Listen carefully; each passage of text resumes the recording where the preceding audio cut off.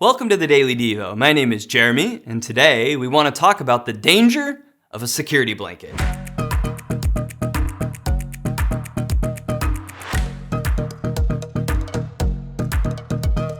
Any parent that has or has ever had an infant knows how exhausting it can be. You desperately want them to sleep through the night and to take their naps when they should so you can get a break for yourself. Sometimes in our desperation, we can give our kids an item that seems to help them go to sleep. It could be a blanket that they like the feel of. It could be a pacifier, or maybe it's a stuffed animal. Short term, this stuff is great, but we rarely consider the fact that at some point, we're going to have to break them of that habit. It's usually a painful experience. Today, I want to introduce you to a guy named Aaron, who is essentially Moses' security blanket.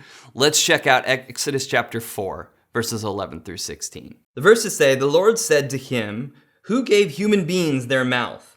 Who makes them deaf or mute? Who gives them sight or makes them blind?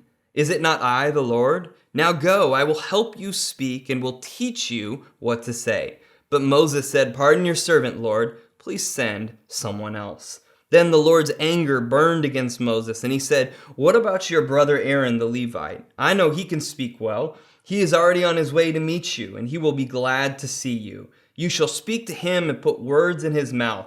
I will help both of you speak and will teach you what to do. He will speak to the people for you, and it will be as if he were your mouth, and as if you were God to him. But take this staff in your hand so that you can perform the signs with it.'" An interesting note here is in Acts chapter 7, it tells us that Moses in his youth was learned in all the ways of the Egyptians and was mighty in words and deeds. After what we read, it's like these are two completely different persons. The difference between these seemingly different people was 40 years of wandering in the desert with a whole bunch of sheep. At some point, Moses lost his self-confidence. He didn't believe in himself anymore, but God still believed in him. He still saw a man who would deliver his people, who was mighty in words and in deeds. Moses can't see it though. The picture here is wild. Moses has removed his sandals because he's on holy ground. He's talking to a burning bush that is not burning up, and a voice is speaking to him out of that burning bush, telling him what God wants him to do. And Moses is arguing with the burning bush. Moses gets to the heart of it and says to God, "Please just send someone else."